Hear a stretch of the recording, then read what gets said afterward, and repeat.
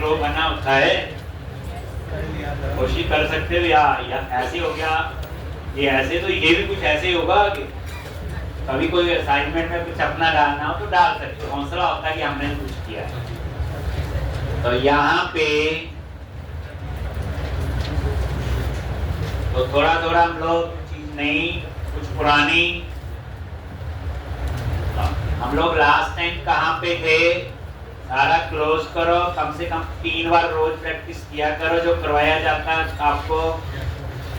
एक ब्रेक नहीं होनी चाहिए बच्चे, छुट्टी नहीं होनी चाहिए, तो इंटरेस्टिंग है, मजा आए।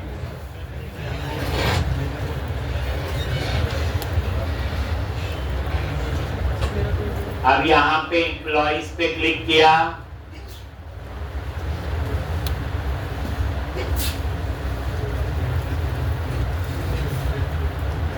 तो इस क्वेश्चन में क्या सीखा, कोड फर्स्ट अप्रोच ये सीखा, कंट्रोलर सीखा और व्यू, कैसे आपस में डाटाबेस काम कर रहा है। एक यहां तक कर लिया था, अब हम लोगों ने करना था डिलीट।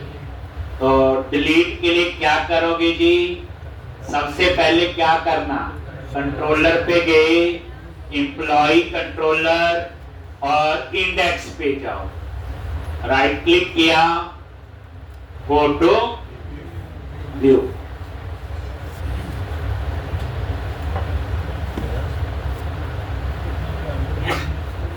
आगे, और यहां पे ये देखो, पहले ये देखना चाहिए, चीज पता भी है लेकिन फ्लो से डिलीट। अब मुझे डिलीट नाम का क्या बनाना है, एक्शन, और आईडी उसमें एक पैरामीटर। जब भी शुरू करो पूरा फ्लो समझो। अब क्या करो, कंट्रोलर में आ गई, अब इतनी चीजें आपको समझ आ गई। अब यहां पे आपने नोटिस किया डिटेल्स में सबमिट नहीं बना HTTP पोस्ट, क्योंकि उसके अंदर इनपुट टाइप सबमिट नहीं था। डिटेल में क्या था, सिर्फ डाटा डिस्प्ले ही करना था, डाटा सर्वर पे भेजना नहीं था। भेजने के लिए हम क्या लगाते हैं, इनपुट टाइप सबमिट, जो अपडेट और कहां था, सेव। अब यहां पे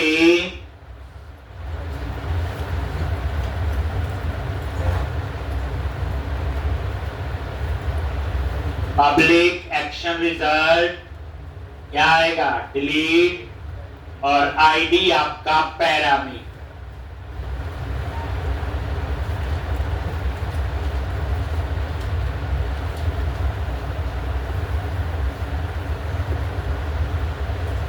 एक आईडी आपका क्या है, पैरामीटर,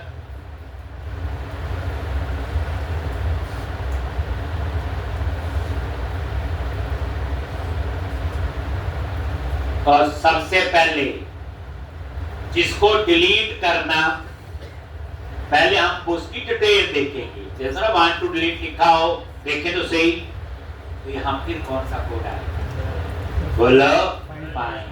कौन सा कोड आएगा, चौथी बार आ गया। तो फिर आपने कोई कॉपी पेस्ट नहीं करना, यही फाइंड का लॉ। डिटेल में एक ही बात है, एक बट आप लिख लो, आपने कभी भी कॉपी पेस्ट नहीं। ये एम्प्लॉय डीबी फाइंड कर लिया, तो ये डिलीट क्या करेगा, डिटेल डिस्प्ले करेगा जिसको डिलीट कर। एक पहले हम नॉर्मल फ्लो से, अब हम डिलीट नाम का क्या बनाएंगे, व्यू बनाएंगे। डिलीट नेम का क्या बनाएंगे हम लोग, व्यू।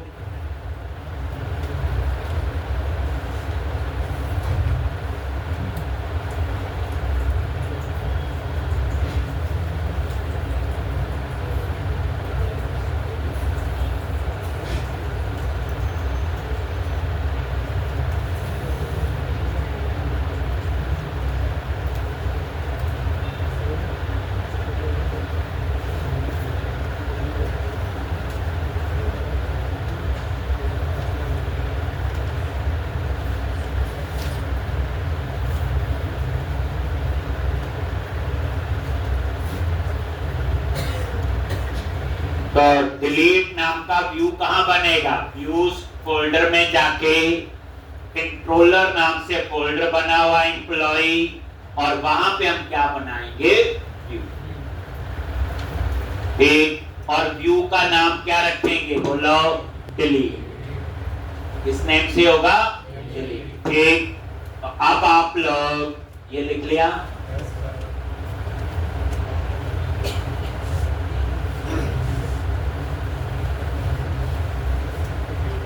लिख लिया सबने ये? तो अब क्या करो, व्यूज फोल्डर पे गए, एम्प्लॉय फोल्डर पे राइट क्लिक किया, ऐड व्यू। ठीक, और यहां पे MVC5 व्यू, और उसके बाद ऐड पे क्लिक किया, और यहां व्यू का नेम क्या आपका? बोलो, डिलीट।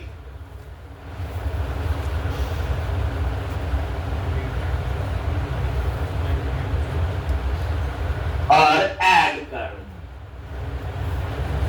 इस पे क्लिक किया, ऐड।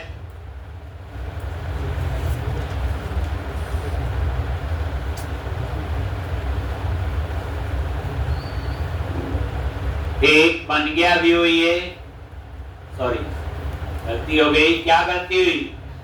टेम्पलेट नहीं चूज किया। तो अभी तो टेम्पलेट पढ़ रहे हैं, तो डिलीट मैंने डिलीट कर दिया, दोबारा बना लेते।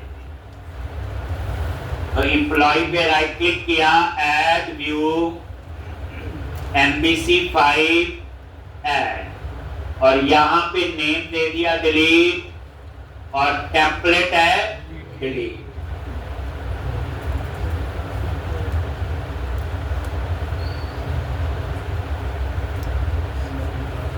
और मॉडल क्लास एम्प्लॉय, और एप्लीकेशन डीबी कॉन्टैक्ट। तो अब क्या हुआ आपका? ये एक डिलीट नाम से एक व्यू बनेगा, और इसमें सिर्फ डाटा ही डिस्प्ले होगा। जैसे गलती से डिलीट पे क्लिक हो गया तो पहले थोड़ा टाइम तो लगे, हम सीधा डिलीट नहीं कर रहे डिलीट के क्लिक में।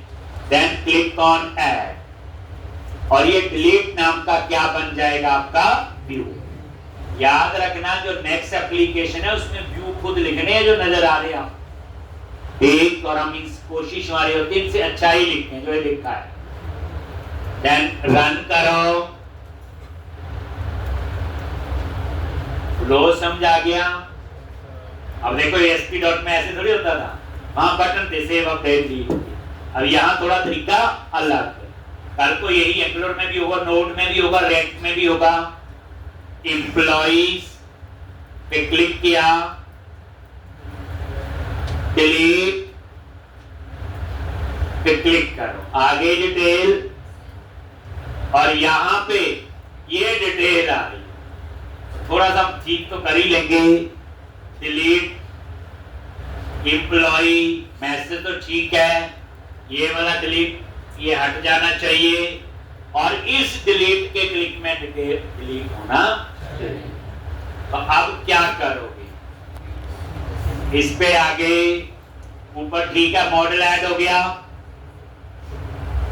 ये टाइटल चेंज कर दिया, डिलीट एम्प्लॉय, और थोड़ी बहुत बूटस्ट्रैप यूज करना जानते हो, लो जी। और फिर क्या लिखते हैं? बूटस्ट्रैप की हो रहे हैं साथ साथ। एक आज कुछ और भी पता चलेगा इसमें। लो जी, आ गया यहाँ पे, और ये नजर मार लो, रिफ्रेश कर लिया करो, पता चल जाता है। एक मैसेज ठीक है, बाद में ये मैसेज और आएगा, पॉपअप में आएगा जावास्क्रिप्ट में। बाद में मैसेज इससे भी अच्छा होगा कि कोई डिलीट करे तो मेरी फोटो आ जाए रोते हुए, फिर डिलीट मत करो, वो भी कर सकते हैं आप लोग। तो ये तो अभी जस्ट एक बेस तैयार कर रहा हूं मैं। एक कोई भी चीज अच्छा पढ़ाता हूं, थोड़ा मैं पहले जरूर कोशिश करता हूं ये हल्का सा बेस बनाइए है, ताकि जब पढ़े तो हम ये ना लगे क्या हो गया हमारे साथ, रोज हंसते हुए आ रहे थे, आज क्या हुआ। ये लो, ये एम्प्लॉय वाला यहां से हटा दो आप लोग। लो, अब इन चीजों में कोई मिस भी हो जाए कोई फर्क नहीं, इसमें क्या है, डिजाइन ही है। इसे को ये नहीं कि नहीं पता चला हमें। अब आप डिलीट बटन, इसके ऊपर बूटस्ट्रैप चेंज कर देते हैं हम लोग। अब ये देखो यहाँ डेटा डिस्प्ले है, तो डिस्प्ले नेम 4 से क्या है, कॉलम का नेम आ रहा है, और डिस्प्ले 4 से क्या आ रही, उस कॉलम की वैल्यू। ये क्या आपके HTML हेल्पर, इसके आगे @HTML, that is HTML helper. कल को हम कोर में काम करेंगे, वहां टैग हेल्पर होंगे, फिर डिफरेंस बताऊंगा।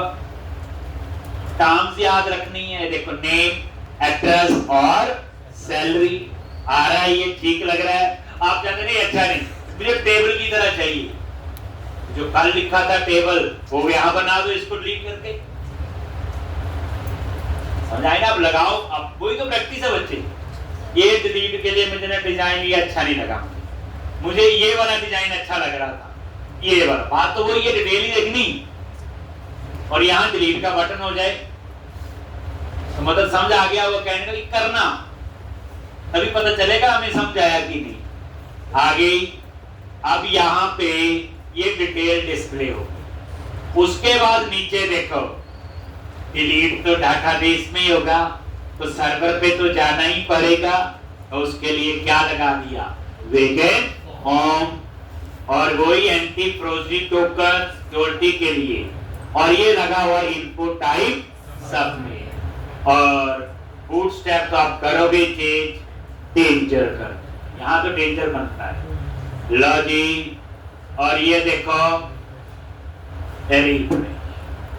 ठीक। अब इस डिलीट के क्लिक में ये डिलीट होना चाहिए। और ये बटन कौन सा, इनपुट टाइप सबमिट। याद रखो सबमिट का मतलब क्या है, इंफॉर्मेशन कहां जाएगी, सर्वर पे।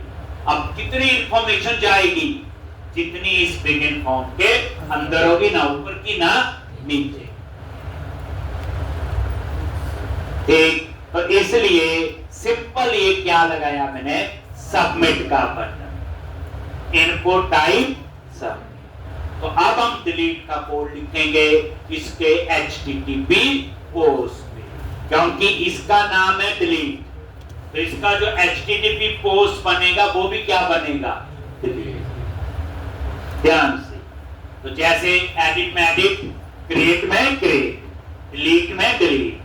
फिर पोस्ट की जरूरत कब होती, सब कुछ सर्वर पे भेजना है। आ रहा तो थोड़ी थोड़ी जरूरत है, देखो जो फाइंड में जरूरत थोड़ी पड़ी। तो अब क्या करोगे आप लोग, ये बन गया, तो यहीं आ जाओ, क्या लिखना है बोलो, HTTP पोस्ट, और यहां पे पब्लिक एक्शन रिजल्ट, क्या नेम होगा, डिलीट। अब प्रॉब्लम क्या है, यहां पे पास करेंगे, अगर मैं यहां आईडी लिखूं तो भी चल जाएगा, लेकिन आईडी यहां पे नहीं हो सकता, क्योंकि इसका नाम और इसका नेम सेम है। अब ओवरलोडिंग का रूल क्या कहता है, same name with different parameter, तो यहां पैरामीटर भी सेम है। तो मैं यहां पे पास करूंगा क्या, एम्प्लॉय का ऑब्जेक्ट। अब इस एम्प्लॉय में नेम नहीं आएगा, एड्रेस नहीं आएगा, एज नहीं आएगा, क्योंकि बिगिन फॉर्म में है ही नहीं है। जो बिगिन फॉर्म में, ध्यान से चीज समझ नहीं है, देखो इस बिगिन फॉर्म में सिंपल सबमिट का बटन, अब इसके अंदर नेम नहीं है, एड्रेस नहीं है, सैलरी है, वो सिंपल डिस्प्ले पर्पस के लिए ऊपर यूज हुआ है। ठीक, आप बोलोगे आपने एम्प्लॉय लिख दिया, ये मेरी मजबूरी है, क्योंकि इंट आईडी नहीं लिख सकता मैं, क्योंकि सेम नाम के दो मेथड तभी हो सकते जब ओवरलोडिंग का रूल हो। ओवरलोडिंग रूल ये कहता है same name with different parameter, तो दैट्स व्हाई एम्प्लॉय। अब क्या करें, जिसको डिलीट करना पहले हम उसे फाइंड करेंगे और फिर हम उसे डिलीट करेंगे। इतना तो कंफर्म है, इनपुट टाइप सबमिट है, वो आएगा तो यही। ब्रेक में लगा के दिखाऊं, क्या करोगे, वेर एम्प्लॉय फ्रॉम टीबी, और यहां पे context dot employees dot find और यहां पे employ dot ID.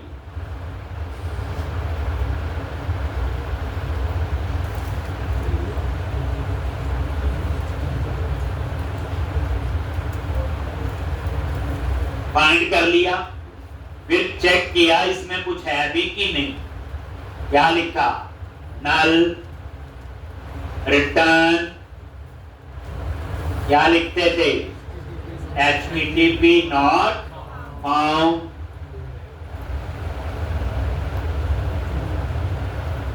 HTTP not found. अगर है तो डिलीट के लिए क्या लिखना है? Context dot employees dot remove, बस ये याद है। और उसके बाद कॉन्टेक्स्ट डॉट सेव चेंजेस और डिलीट होने के बाद कहां जाना है? रीडायरेक्ट टू एक्शन और नेम ऑफ किस पे जाएंगे? हम भी याद करो, जब ASP डॉट में क्या करते थे?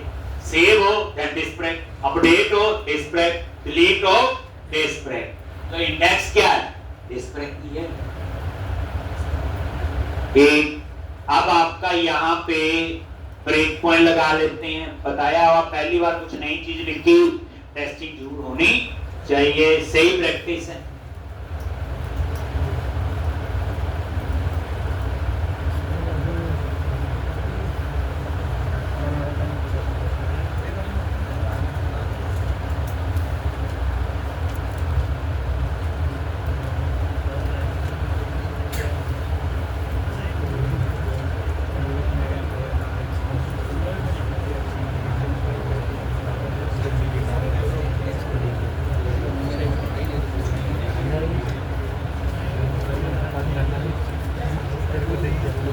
क्या बात कर दिया? सेव, अपडेट, डिलीट, डिस्प्ले और फाइंड, 5 काम है। ये 5 काम ASP डॉट में लिखी है, इनलाइन क्वेरी से भी और स्टोर प्रोसीजर से। यही 5 काम आज हमने कर लिए MVC से। उसमें हमने कोड फर्स्ट अप्रोच यूज की है एंटिटी फ्रेमवर्क, याद रखना। आप इसे रन करो।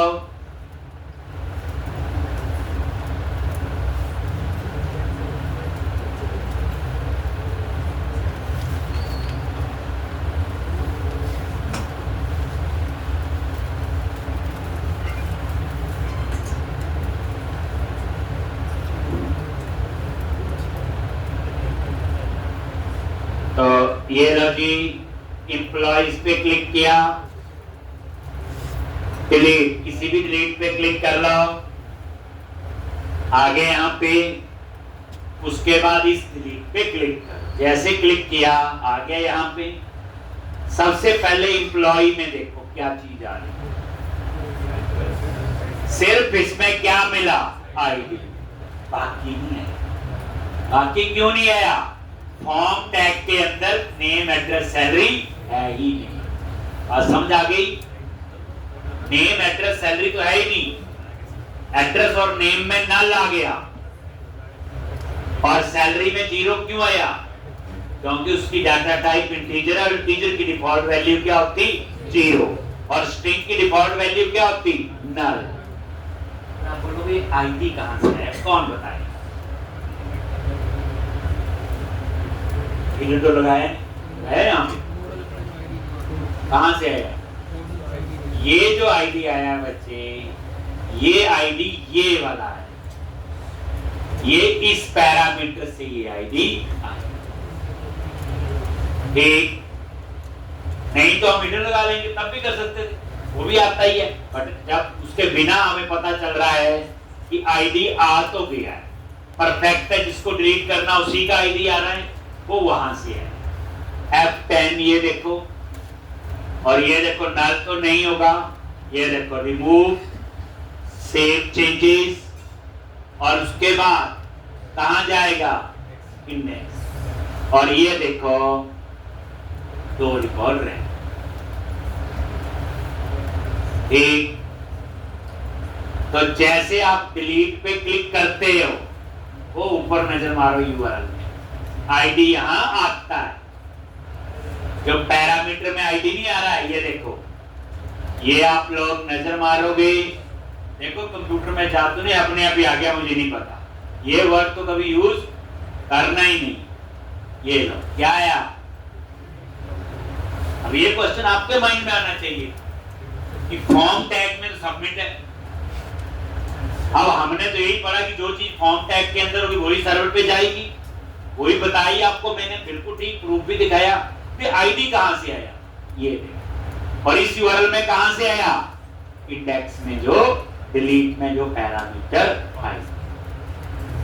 ठीक, अब आपका इस क्वेश्चन में ये एक पार्ट मैंने डिलीट, मैं चाहता हूं, अब हम अपना थोड़ा डालते हैं ना, जैसे कल थोड़ा सा लिखा, इसमें भी कोशिश करते हैं जावास्क्रिप्ट थोड़ी बहुत, मेरी रिक्वायरमेंट क्या, अब हम अपना कुछ डाल रहे हैं, जरा पता तो होना चाहिए, समझ और आएगा, समझना बच्चे।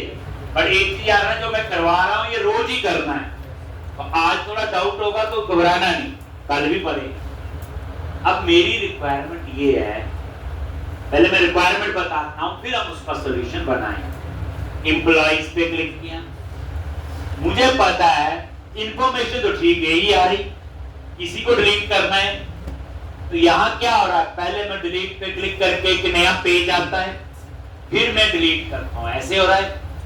अब मेरी रिक्वायरमेंट चेंज है, वे इंफॉर्मेशन तो यही है, तो मैं चाहता हूं डिलीट पे क्लिक करे, वहां पॉपअप में एक मैसेज आ जाए, वांट टू डिलीट, और उस पे दो बटन हो, ओके और कैंसल। ओके करे तो डिलीट हो जाए, कैंसिल करे तो डिलीट ना हो, जो आप जनरली देखते हैं। हम एक थोड़ा सा इसमें और, तो पहली बात इसका कोड कहां होगा, इंडेक्स पे। कहां पे होगा, इंडेक्स पे। ये तो अब क्या करो आप लोग, यहां पे ध्यान से देखोगे, कंट्रोलर, अब नई कहानी आई बेटे, ऐसे थी कहानी, बीच में कुछ नया मत आ जाता था, फिर समझ नहीं आता क्यों आया है, ऐसा भी होगा आपके साथ। लॉजिक इंडेक्स के व्यू पे आगे, और ये डिलीट है, इस डिलीट को तो बना दो कमेंट।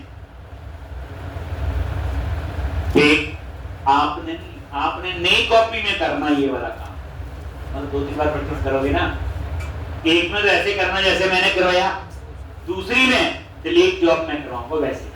एक ये मैंने कमेंट बना दिया, और इस डिलीट की जगह मैं क्या कर रहा हूं, सीधा यहीं पे, तो यहां पे इनफो टाइप सबमिट, इस बटन पे जैसे क्लिक करोगे तो सबमिट होगा। वैल्यू दे दी मैंने क्या, डिलीट,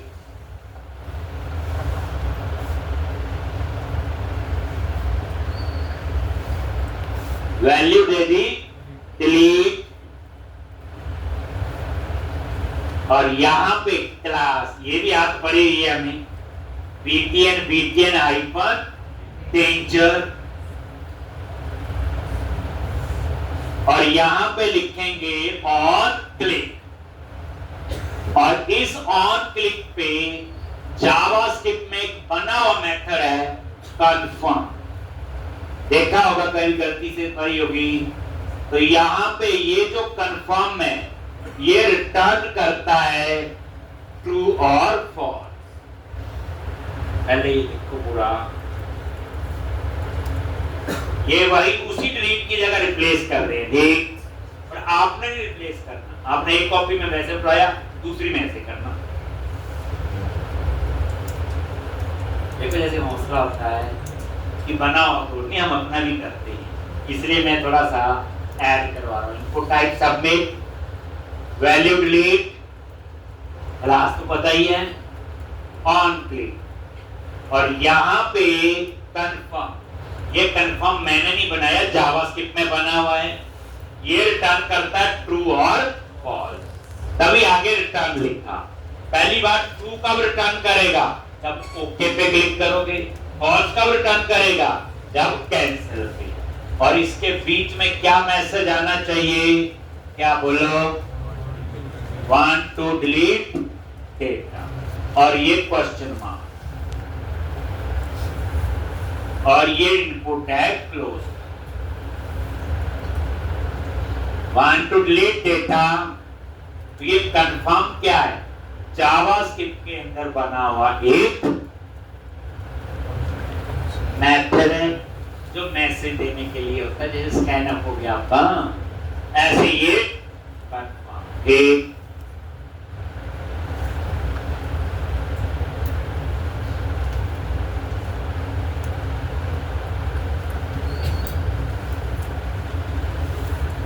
कल भी करना है तो करना नहीं है, क्या होने वाला?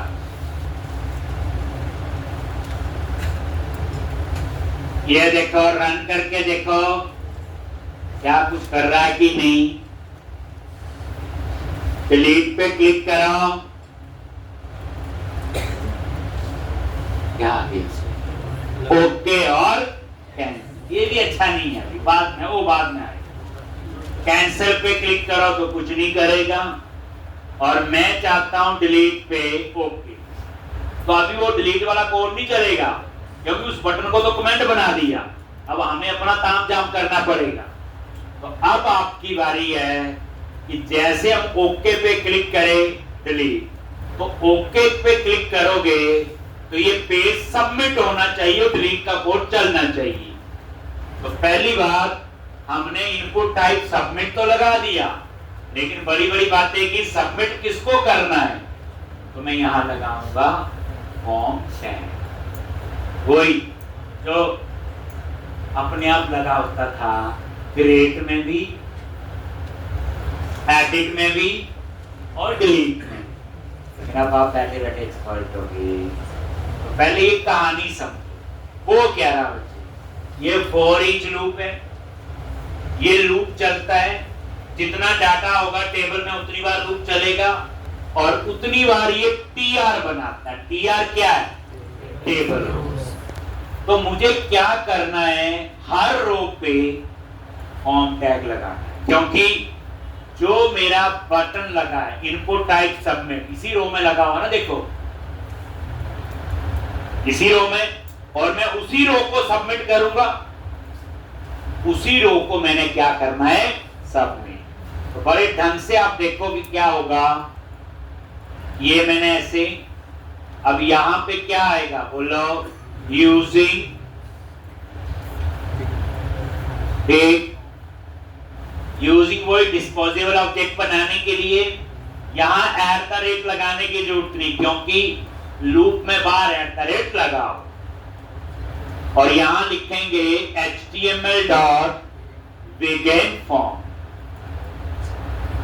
क्या लिखोगे? Begin form. अब जब ये पेज सबमिट हो तो कहां जाए? एक सर्वर पे तो जाए, लेकिन वहां जाके किस सेक्शन को कॉल कर? तो मैंने बोला एक एक्शन बनाएंगे, अभी बनाया नहीं, वो डिलीट छोड़ दो, नहीं तो कंफ्यूज हो जाएंगे। मैं चाहता हूं एक एक्शन बनाऊंगा जिसका नाम रख दूंगा मैं डिलीट रैक, कॉमा, और वो किस कंट्रोलर में बनेगा? एम्प्लॉय, ये कंट्रोलर नेम है, कॉमा, इसमें किसको डिलीट करना? हम पैरामीटर भी पास करेंगे, न्यू कर्ली ब्रैकेट आईडी, और आईडी में क्या पास करोगे? Item dot I. और ये देखो, ये आपकी पूरी ब्रैकेट। पहले ये चीज समझो। अब क्या होगा? बिगिन फॉर्म सर्वर पे, तो जब ये सर्वर पे जाएगा तो किस सेक्शन पे जाएगा? डिलीट रैक, और वो कहां बना होगा? एम्प्लॉय कंट्रोलर में, और उसमें एक पैरामीटर होगा आईडी। अब से पहले क्या होगा? ध्यान से देखना है, फिर ये और समझ आए। देखो बच्चे, हम लोगों ने क्रिएट का बनाया व्यू, तो ये बिगिन फॉर्म था, ध्यान से। जैसे ये सबमिट हुआ तो मैंने बिगिन फॉर्म में कुछ भी नहीं दिया हो, नहीं दिया हो ना कुछ भी, यहां कुछ नहीं। तो रूल ये कहता है कि बिगिन फॉर्म में अगर आपने कुछ नहीं दिया तो जब वो फॉर्म सबमिट होगा तो एक्शन का नाम वो ही होगा जो व्यू का नाम है। इसका नाम क्या है? क्रिएट। तो मुझे क्रिएट नाम से ही एक्शन बनाना पड़ा। ध्यान। ऐसे ही जब आप एडिट पे आए, फिर बिगिन फॉर्म कुछ नहीं लिखा हुआ और यहां पे ये सबमिट का बटन है, तो इस फॉर्म को जब सबमिट करेगा, बट मैंने तो बिगिन फॉर्म में कुछ नहीं बताया, तो वो क्या ढूंढेगा? जो व्यू का नाम एडिट है तो उस सेक्शन का नाम भी एडिट होना चाहिए। यही पढ़ाया। लेकिन अब आप क्या सीखोगे? जब ये पेज सबमिट होगा, अगर मैं यहां कुछ ना दूं, मान लो, तो किसको ढूंढेगा? एक एक्शन बनाना पड़ेगा और उसका नाम मुझे रखना पड़ेगा इंडेक्स और उस पे लिखना पड़ेगा HTTP पोस्ट। याद करो। लेकिन अब आपकी कहानी में आ गया कि बिगिन फॉर्म में तो हम मर्जी का कुछ भी एक्शन दे सकते हैं, चाहे उसका नाम कुछ भी, मैं लीड ट्रैक रखा जाए। तो अब यहां पे इसी के अंदर इस रो को क्या करो? कट करो और पेस्ट इसी में रखना है, फॉर्म के अंदर ही। ये लो। अब ये देखो, ये TR टैग पूरा आ गया इस।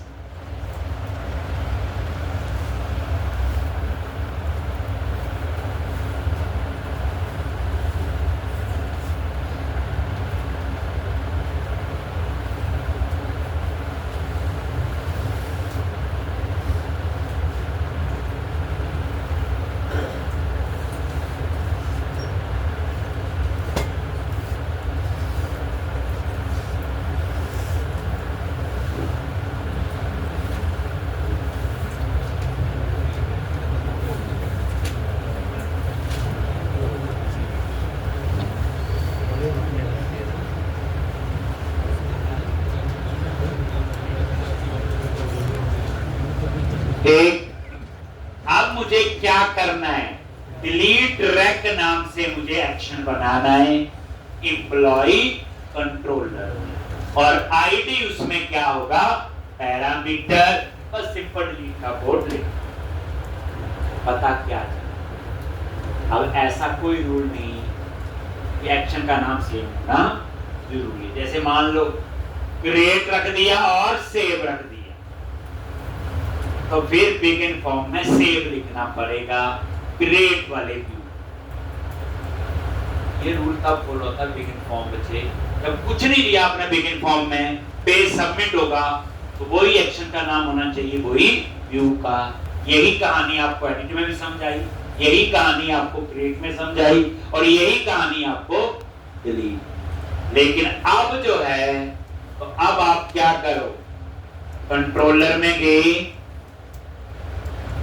और यहां, और ये तो आपको सीधा आ जाए। देखो, पब्लिक एक्शन रिजल्ट और डिलीट ट्रैक, और एक पैरामीटर है इसमें आई। मैं ब्रेक में लगा के समझाता हूं, और इसमें यही पूरा कोड जो ऊपर लिखा हुआ, बस आपने नहीं कॉपी लिखने का टाइम दूंगा। बस यहां पे आपको क्या लिखना है? बोलो आई। लिखो पहले, फिर मैं इस कोड को आपको समझाता हूं। मीनिंग तो बताइए। इसके ऊपर तो HTTP पोस्ट में नहीं लिखा। देखो, एक हो गया ना डिफॉल्ट। अगर बिगिन फॉर्म में कुछ ना दो तो एक्शन और व्यू का नाम सेम होना चाहिए। अगर कल को अलग एक्शन का नाम, देखो व्यू का नाम तो इंडेक्स है जिस पेज पे कोड लिख रहे, और एक्शन का नाम दे दिया मैंने डिलीट ट्रैक। अब आपको ये रूल पता चल गया कि एक्शन और व्यू का नाम अलग अलग हो सकता है, बट अभी इसमें बड़ा कुछ और है जो हमें पता होना चाहिए। पहले ये लिखो बच्चे, ये मैंने थोड़ा सा डाला है,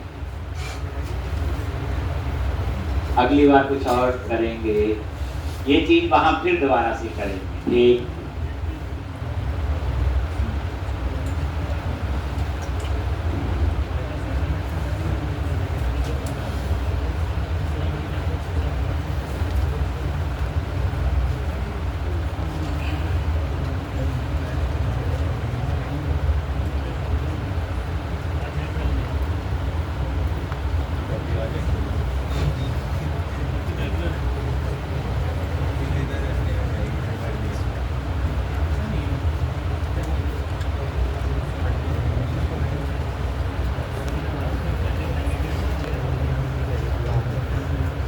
ठीक, अब यहां पे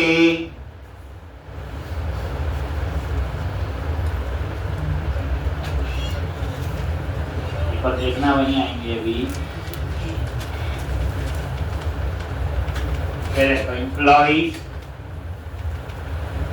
अब आप डिलीट पे क्लिक करो, किसी पे लॉक क्लिक किया, कैंसल, नहीं डिलीट किया, डिलीट, ओके।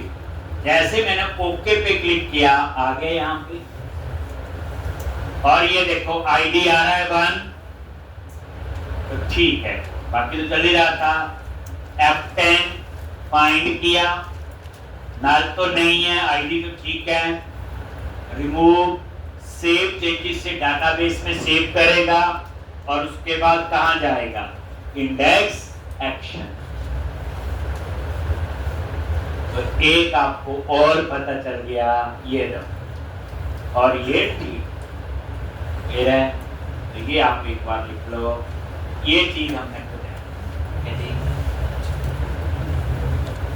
अब हम लोग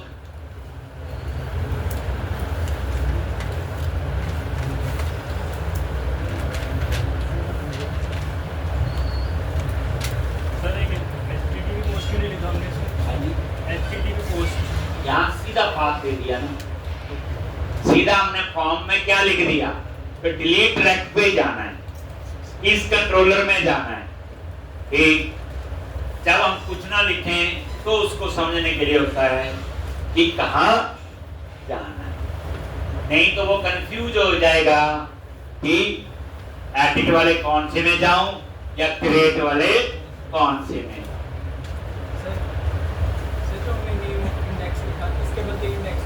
हाँ, डबल कोर्स में नहीं तो चलता है, कोई नहीं, वो पुराने तरीका है, नया बस मुझे डबल कोर्स में टेक्स्ट लिखा हो ऊपर मैंने कहीं। ठीक, अभी तो और बड़े तरीके हैं, अब तो पढ़ाई शुरू हुई है, हुई नहीं अभी तो लेके चलो, चले आगे।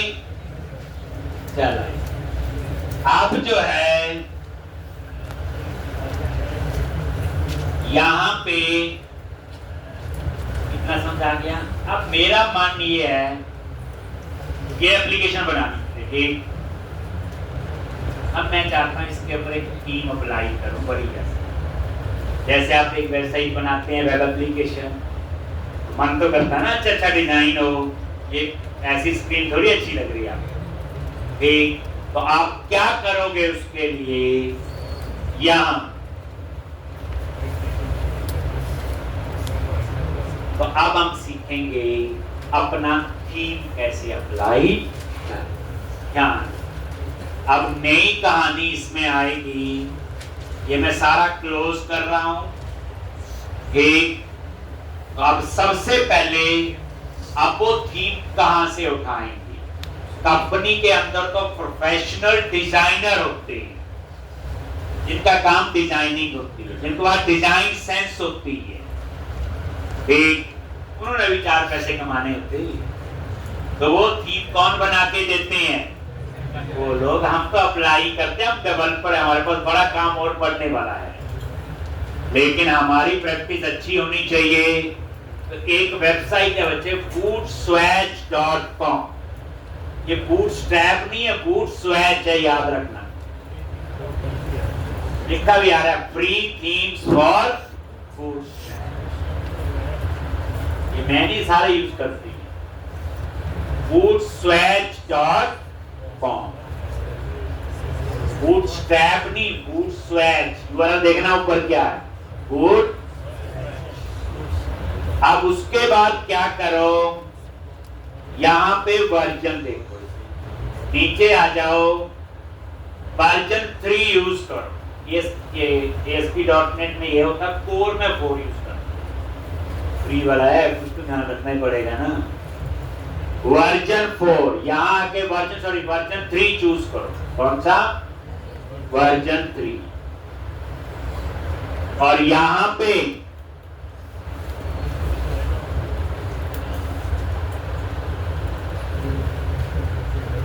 और ये थीम आ गई,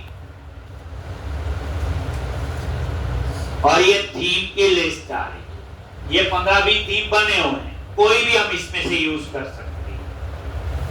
मान लो मैंने बोला जी फ्लैटली, कोई भी चूज कर लो बच्चे। फ्लैटली आपने क्लिक किया, ये थीम का नाम है, और उसके बाद ये देखो, ये फ्लैटली आ गया, और ये है इसकी bootstrap.css। खेलने वाला काम भी कर लेंगे कुछ, पर पता चले यही अप्लाई करते रहे। bootstrap.css क्लिक किया, और यहां पे ये देखो, ये इसकी बूटस्ट्रैप बन के आ गई। और कंट्रोल A कॉपी कर लो, और क्या करना, और उसके बाद आप अपने प्रोजेक्ट में आ गए, और इस प्रोजेक्ट के अंदर कंटेंट फोल्डर में जाओ, और यहां एक फाइल है bootstrap.css, और इसका कोड उससे रिप्लेस कर, इसका कोड कंटेंट फोल्डर में bootstrap.css, और ये क्या किया, डिलीट करके वो पेस्ट कर।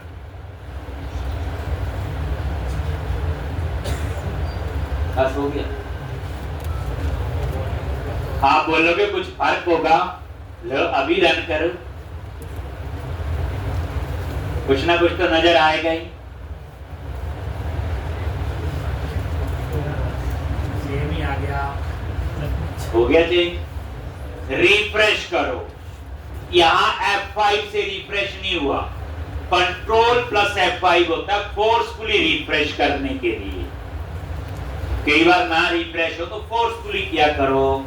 देखो ये आ गया। अब इसी हिसाब से देख लो, ये भी चीजें चेंज होती हैं नीचे डिजाइन। ये देखो, ये देखो बटन, ये देखो है ना चेंज सारा। ठीक, तो ये आपका अप्लाई हो। नहीं जी मेरे को ये नहीं अच्छा लगा, तो क्या करोगे, दोबारा से देख लो एक बार। bootswatch.com, और यहां वर्जन कौन सा, 3,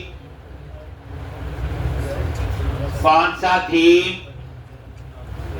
जर्नल बोल दिया, चलो चेंज कर दिया, हो गया।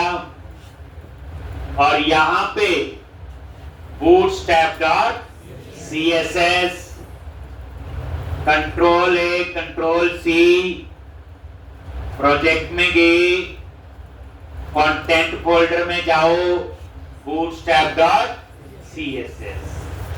अब यहां पे ये डिलीट किया और इसकी जगह रिप्लेस कर दी। ठीक, अब आप इसे रन करो।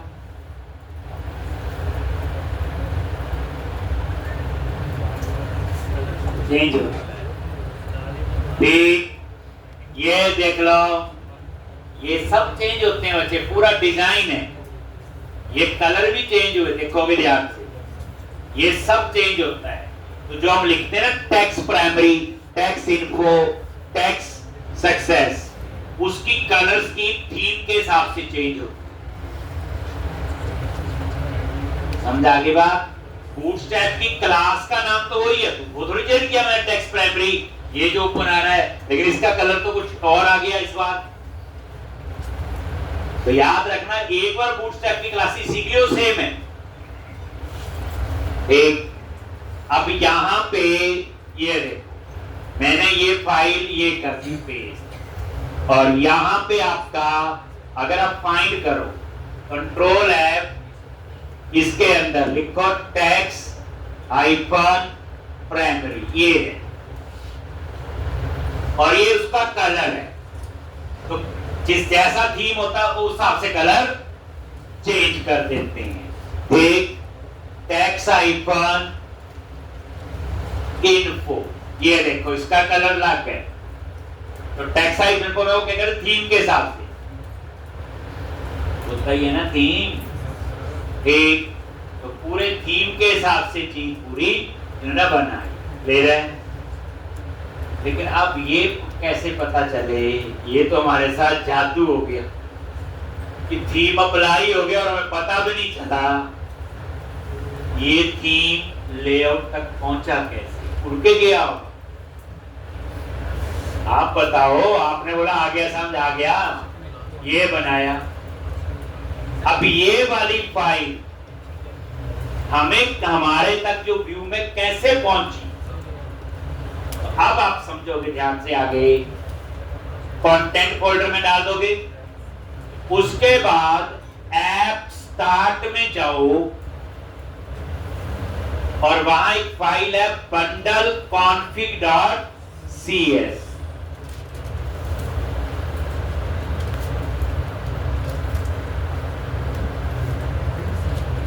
Bundle config dot cs,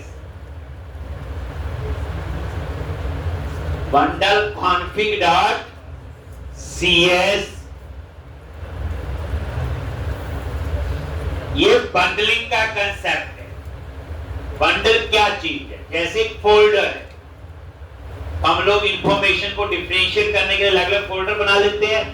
folder क्या हो गया? एक बंडल, या लकड़ियों का जैसे पूरा बांध के गुच्छा बना लेते हैं, वो बंडल है। ठीक, अब उस यहां बंडल में क्या है?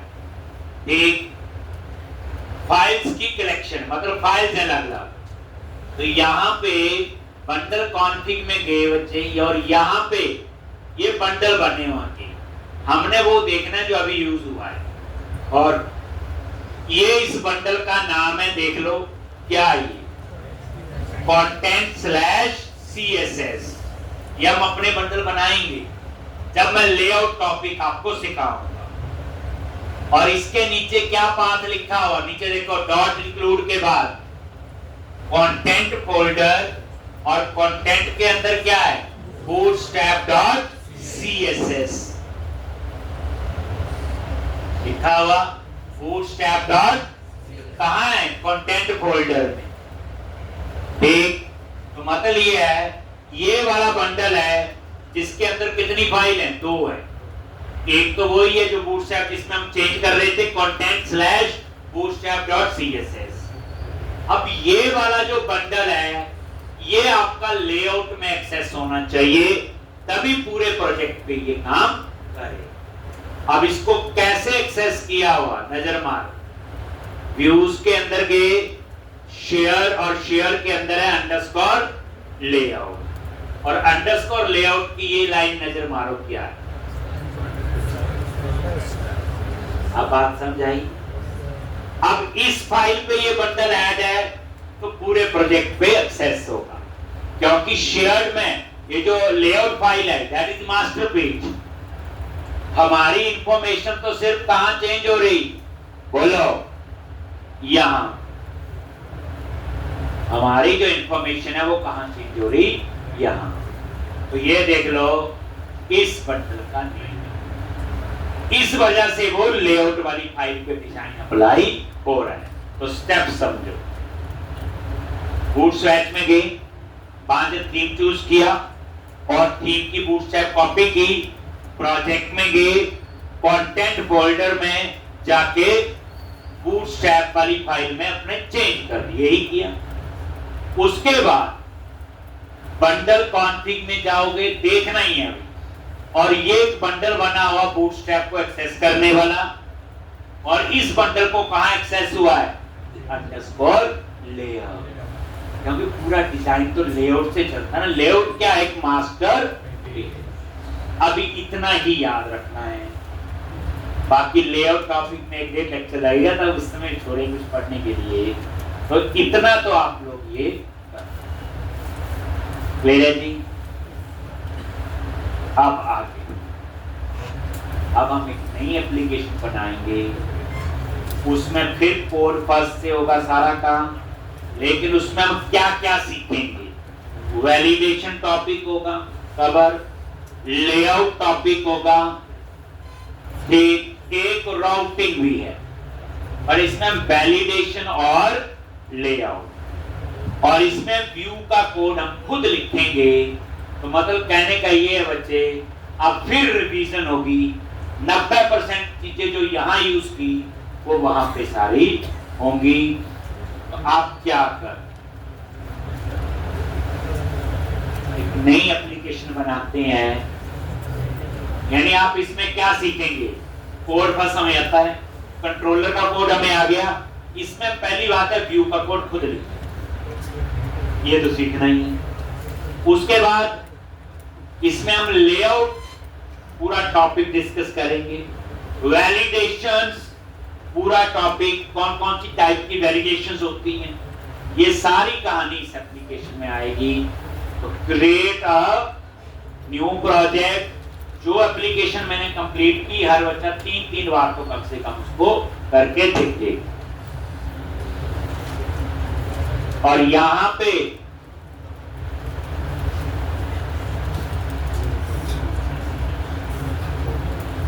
ASP.NET वेब एप्लीकेशन नेक्स्ट,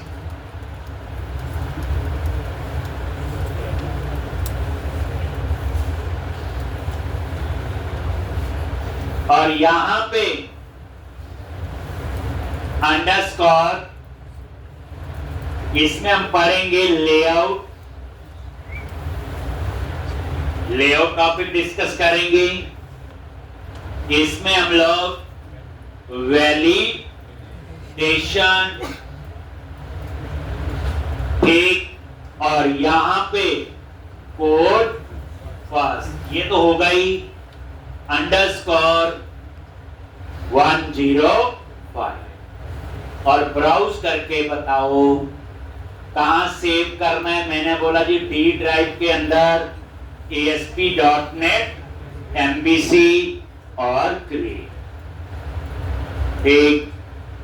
अब आप यहां चूज करो MVC और क्लिक ऑन क्रिएट, बन जाएगा प्रोजेक्ट। तो यहां पे हम लोग एक स्टूडेंट नाम का मॉडल बनाएंगे, उसमें student ID, name, address, age, email, ऐसे सारे मेंबर उसमें होंगे, ठीक। अब आप लोग इसको रन करके देख लो एक बार डिजाइन कैसा आ रहा है। तो सबसे पहले हम इसके ऊपर थीम ही अप्लाई करेंगे, जो एप्लीकेशन में चीज यूज हुई दूसरी में जरूर करो। जैसे ये देखो, अभी वो डिफॉल्ट थीम आ जाएगा, हमें नहीं अच्छा लगा, क्या करोगे, बूटस्ट्रैप में जाओ, तो सबसे पहला काम ताजा ताजा ही पढ़ा अभी हमने, क्या करेंगे बोलो, बोलो अभी पढ़ा, bootstrap.com, ये आपने भी रोज ऐसे करना, नया प्रोजेक्ट बनाना है, वर्जन 3, और उसके बाद कौन सा थीम है, पेपर ले ले, सुपर हीरो कोई भी ले लो, आपकी तमन्ना है जैसे ही, ला जी। और उसके बाद यहां से चूज किया bootstrap.css, कोई भी ले लो आप, इसमें कुछ नहीं है, अलग अलग प्रैक्टिस अलग अलग लो, कलर चेंज होंगे और क्या होगा, सिलेक्ट किया और ये क्या किया, कॉपी, और अपने प्रोजेक्ट में गए, कंटेंट फोल्डर में जाओ और यहां पे bootstrap.cs और ये आपने क्या किया, पेस्ट हो गया। और बाकी कहानी तो अभी पढ़ी है, और ये नजर मारो, इस पे गए, ये यहाँ पे अप्लाई हो, आ गया ये, ठीक। तो अब आपका इतना तो शुरू हो गया, अपना थीम तो अप्लाई करना आ गया ना। लेकिन ये थीम आगे कैसे काम किया, तो आप बोलोगे बंडल कॉन्फ़िग के अंदर बंडल बना हुआ इसके लिए, और उस बंडल को कहां एक्सेस किया हुआ, ले हो। एक ये चीज आपको याद रखनी है। नेक्स्ट, अब हम लोग क्या करेंगे, यहाँ पे बोलो कोड फर्स्ट से डाटाबेस बनाना है।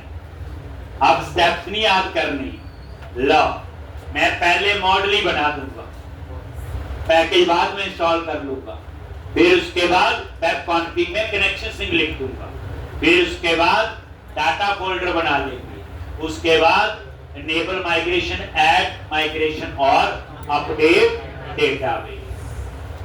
आ गया, लो मैं मॉडल बनवा देता हूं, बाकी काम आप करना, कर लोगे उतना।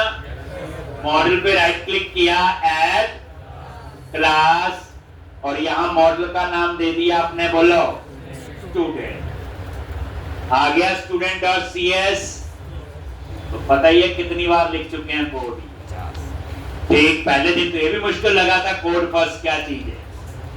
आ गया, सबसे पहला कॉलम क्या है, प्रॉप, टैब प्रेस किया और आईडी। तो आईडी को क्या बनाएगा, ये प्राइमरी की और ऑटो जनरेट। इसी तरह से प्रॉप स्ट्रिंग नेम, ये नेम हो गया स्टूडेंट का। प्रॉप टैब प्रेस किया, स्ट्रिंग एड्रेस, ठीक। फिर क्या करोगे, प्रॉप इंट क्या लिख दिया, एज, उसके बाद प्रॉप स्ट्रिंग ईमेल, ठीक। ये मेंबर आपने ले ली, ठीक। तो आईडी, नेम, एड्रेस, एज और ईमेल। अब नेक्स्ट स्टेप क्या है, वेब कॉन्फ़िग में कनेक्शन सिंक लिख लो, एंटिटी फ्रेमवर्क पैकेज इंस्टॉल कर लो, फिर डाटा फोल्डर बना के एप्लीकेशन डीबी कॉन्टेक्स्ट बनाओ, इनेबल माइग्रेशन, ऐड माइग्रेशन और अपडेट डाटाबेस। इतना काम आप लोग कल तक कर लो, ठीक। और कल हम इसमें आगे करेंगे, पर इसमें जो एक्साइटमेंट ये है, मॉडल तो आता ही है, कंट्रोलर में भी थोड़ी इंप्रूवमेंट हो गई, पर इस बार व्यू का कोड हम खुद लिखेंगे। थीम अप्लाई करना आ गया, थोड़ा सा बेस बन गया आपका। तो कल जो है और इंटरेस्टिंग होगा और मजा आएगा। तो कल इसी में ही, पर बच्चे जो क्वेश्चन मैंने कंप्लीट किया है उसको 3-3 बार करके देख लें।